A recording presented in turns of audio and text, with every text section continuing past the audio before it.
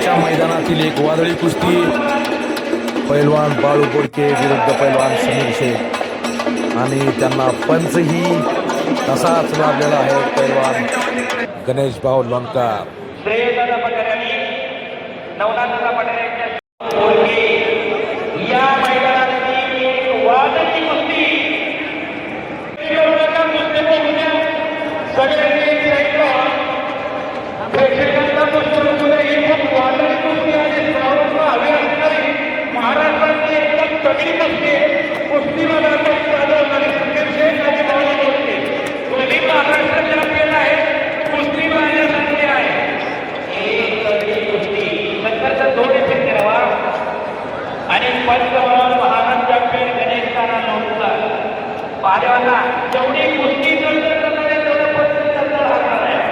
जशी कुस्ती असते तसाच पंचही असावा लागतो. या ठिकाणी राष्ट्रीय विजेता पैलवान गणेश भाऊ लोणकर यांची पंच म्हणून अत्यंत चोखपणे कामगिरी पाहावयास मिळेल.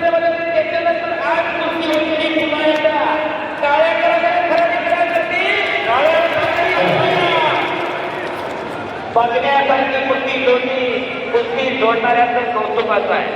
पैसा कुठे कसा खर्च करावा याचं जाण आणि भान असावं लागते. ते जाण आणि भान खराडीच्या ग्रामस्थांकडे आहे.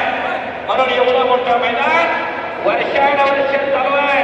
गेली 14 वर्ष झालं एवढं मोठं मैदान भारतातील सर्वात मोठं कुस्तीचं मैदान खराडी संपन्न आहे. समोर किल्लीची कंकड माळून मोडकेची समीर शेख निघून जाण्याच्या प्रयत्नात चाणाक्षी पंच गणेशना लोणकर कुस्तीवरती लक्ष ठेवणार. महाराष्ट्रात बऱ्याच ठिकाणी याच कुस्तीवर समारोप होतो आणि ही वादळी कुस्ती या ठिकाणी नंबर 7 वर आहे. म्हणजे या मैदानाची तुम्हाला कीर्ती किती मोठी आहे समजेल. पुढची कुस्ती अनिकेत मांगडे राजू डोंगरे जास्त नाही. चला कुस्ती करा पहिला. पुढच्या कुस्त्या या कुस्तीला जे पंच लाभलेले आहेत ते स्वर्गीय रुस्तुम हिंद हरिश्चंद्र बिराजदार मामांचे अत्यंत आवडते पट्टे आणि अत्यंत राष्ट्रीय दर्जाचे खेळाडू. पंचगिरीत बोलायचं म्हटलं तर अत्यंत निष्पक्षपातीपणे आणि अत्यंत काटेकोरपणे काम करणारा पंच म्हणून यांची ख्याती असणारे पैलवान गणेश भाऊ लोणकर.